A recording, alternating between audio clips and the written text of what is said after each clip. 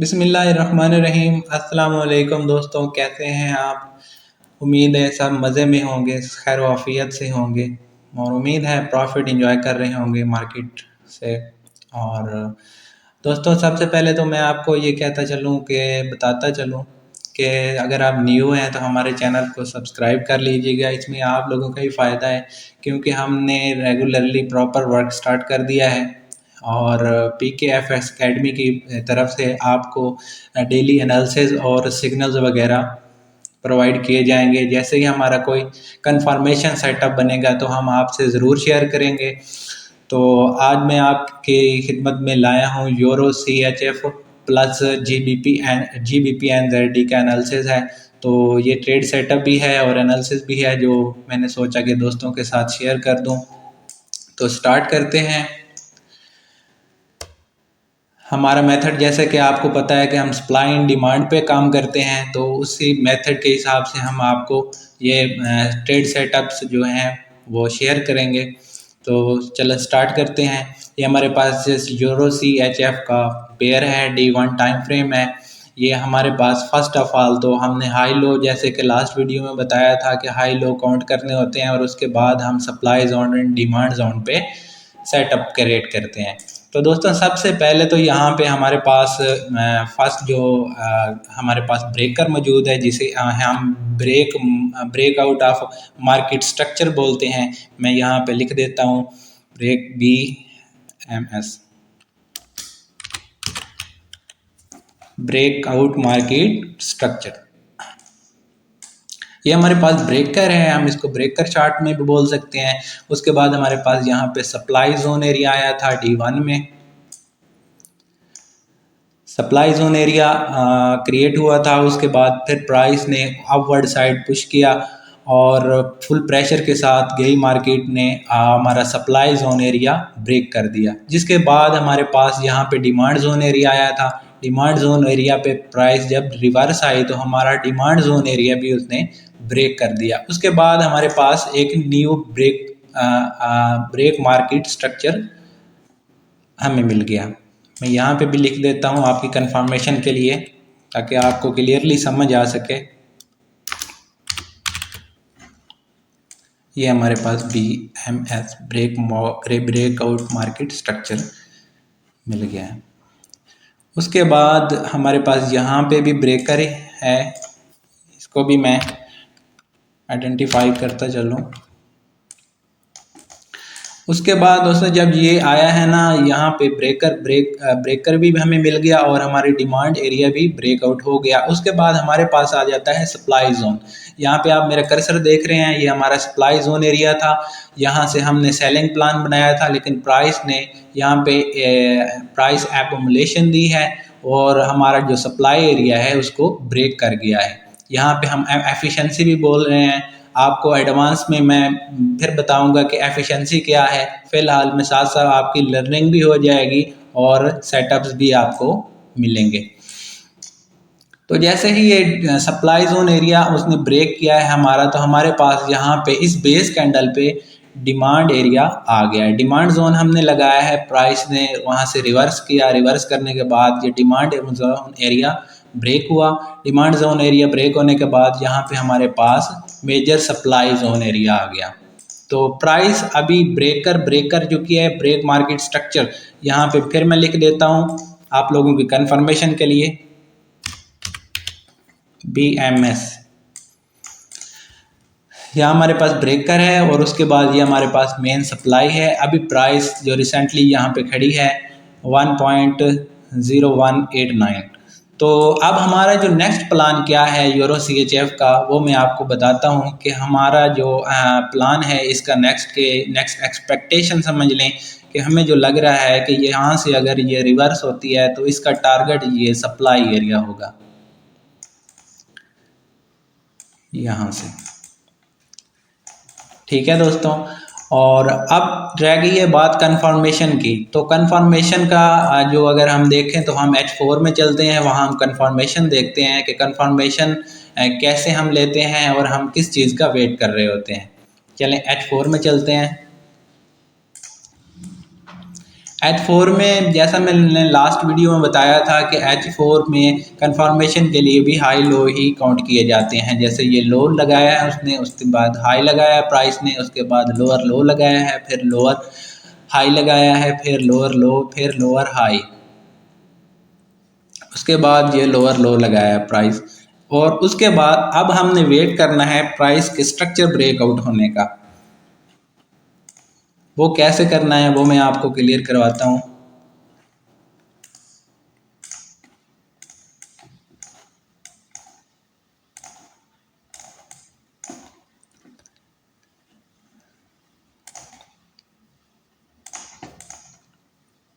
मेरे हिसाब से मार्केट ने हाई लगाया है और उसके बाद ये हमारे पास जो इसका स्ट्रक्चर जो है, ये लास्ट हाई मेरे माइंड में जो आ रहा है ये है जो इसने ब्रेक कर दिया है। और ये हमारे पास H4 का सप्लाई जोन एरिया है, जो इसको सॉरी डिमांड जोन एरिया है H4 का। यहाँ प्राइस पहुँच चुकी है। अब मैं यहाँ से एक्सपेक्ट करता हूँ कि प्राइस जो है यहीं से ही बाई निकलेगी।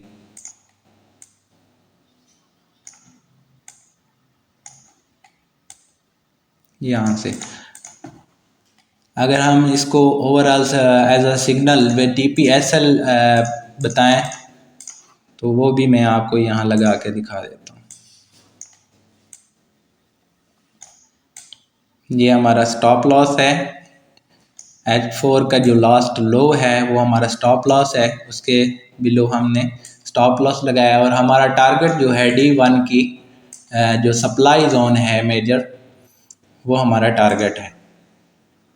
तो ये हमारा जो ट्रेड सेटअप है अभी रेडी है, तो हम इस पे ट्रेड ले सकते हैं।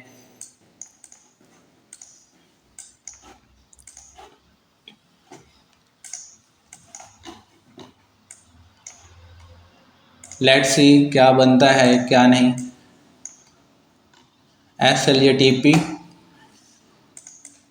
SLTP part of forex market, no issue. अगर आपको ओवरऑल प्रोग्रेस चाहिए, ओवरऑल प्रॉफिट चाहिए, तो आप हमारे चैनल को सब्सक्राइब कर लीजिएगा। और हमारी हर आने वाली नई अपडेट्स, न्यू सेटअप जो सिग्नल हम क्रिएट होता है तो हम अपडेट करते हैं, तो आप उन सब को फॉलो करेंगे तो इंशाल्लाह आपको मंथली बेसिस पे प्रॉफिट मिलेगा। अब चलते हैं, हमारे पास जो नेक्स्ट पेयर है वो है GBP NZD का। तो GBP NZD की क्या सूरत हाल है वो हम पहले D1 में देखते हैं। D1 में भी वैसे ही है, वही सेटअप है, फार्मूला है सप्लाई एंड डिमांड का। तो सबसे पहले हमारे पास ये ब्रेकर है, जिसे हम BMS के नाम से शॉर्टकट में लिखते हैं, break market structure.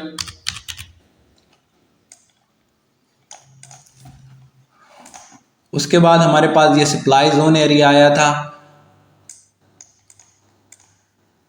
Supply zone area के बाद फिर प्राइस ने सेकंड ब्रेक कर दिया था हमें यहाँ पे।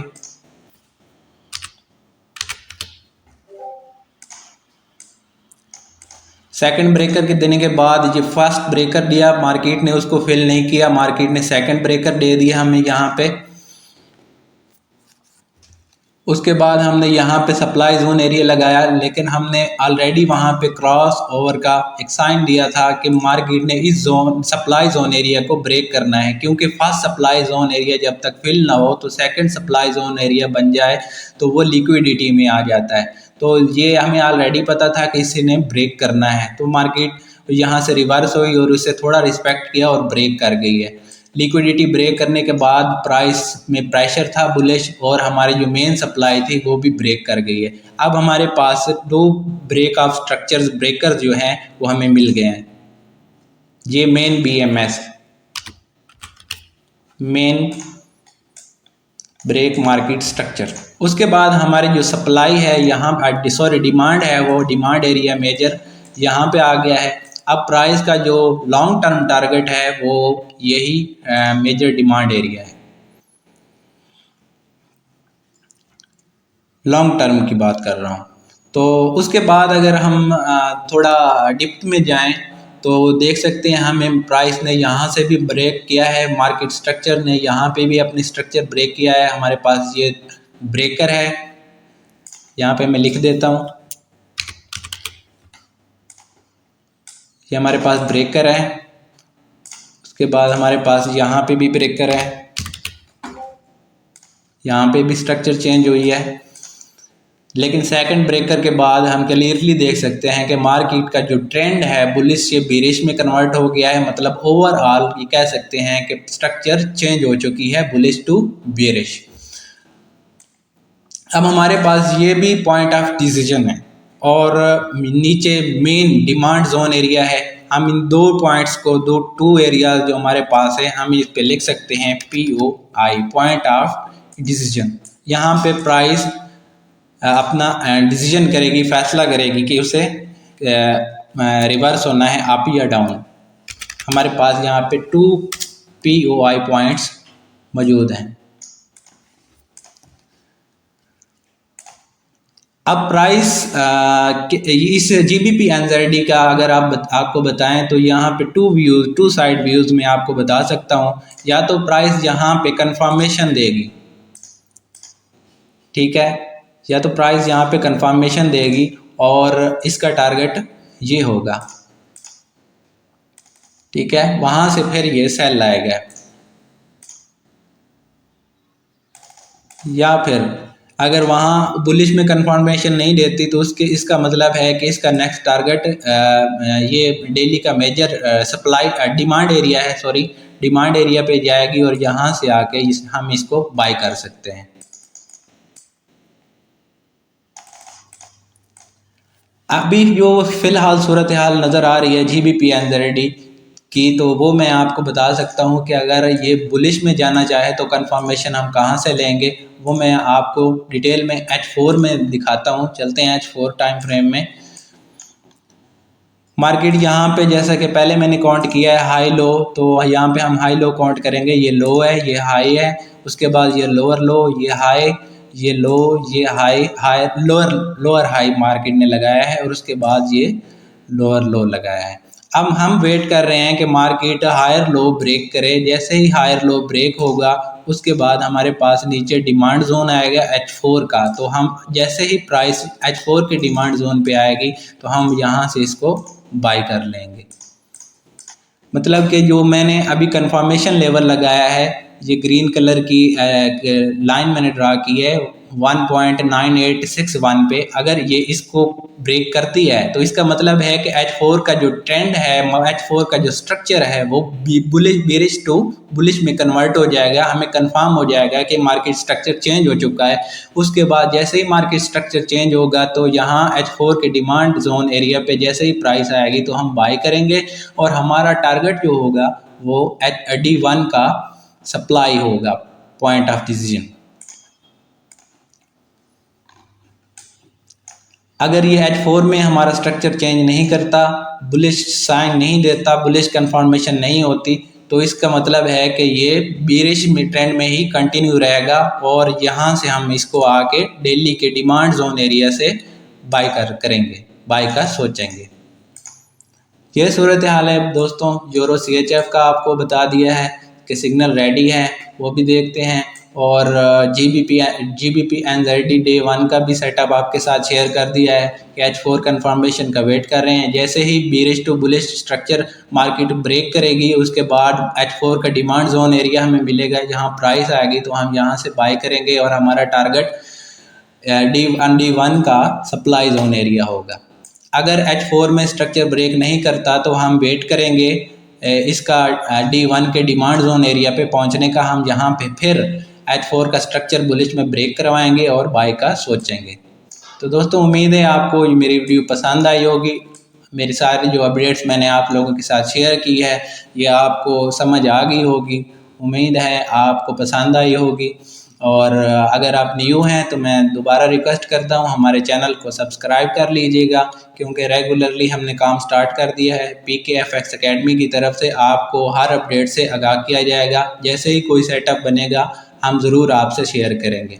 तो दोस्तों इजाज़त चाहता हूँ, दुआओं में याद रखिएगा। अल्लाह हाफिज़।